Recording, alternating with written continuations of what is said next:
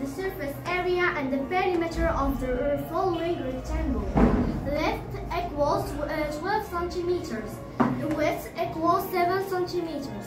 To calculate the perimeter, we use the following formula.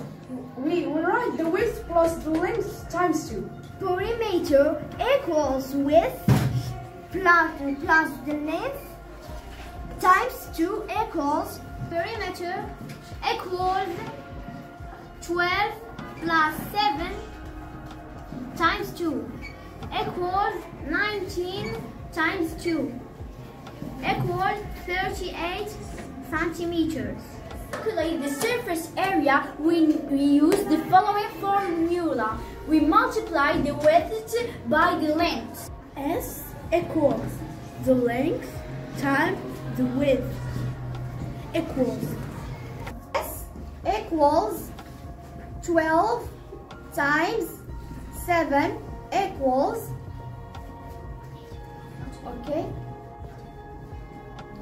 7 times 2 equals 14. 7 times 1 equals 1 equals 7 plus 1 equals 8 equals 84 square centimeters.